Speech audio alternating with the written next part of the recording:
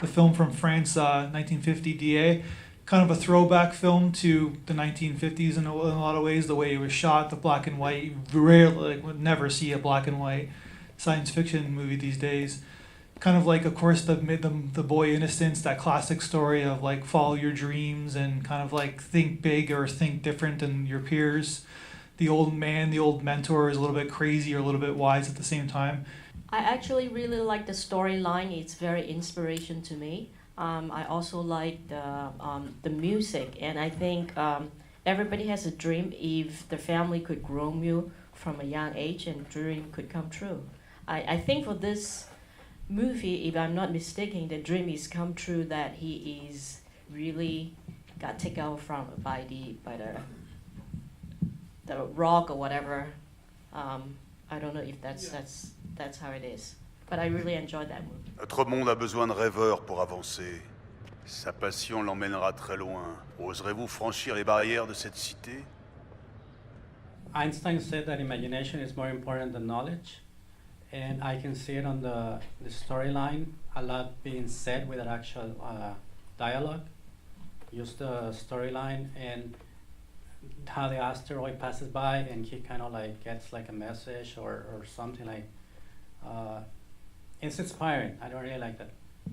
Yeah, it's got it's like I said, it's a classic youthful story. I like that statement that the old man was saying,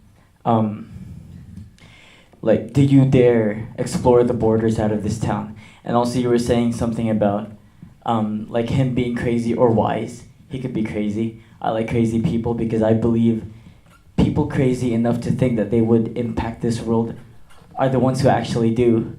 And to have something that's very inspirational and that's very impactful where the kid actually did have doubters, but in the end actually did something out of this world, no pun intended, Yeah.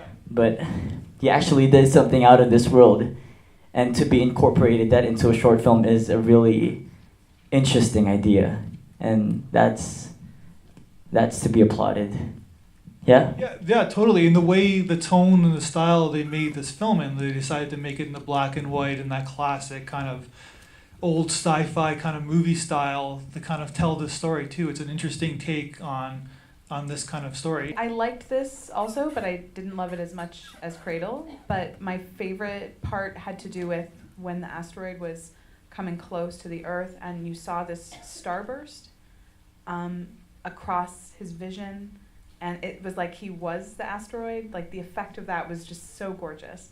I thought it was a wonderful intimacy between him and his dream and what he was imagining, but what was also actually happening above him. And there's like no line between him and the atmosphere and the space above. And it was just, it was such perfect childhood, like fierce, complete, holistic imagination.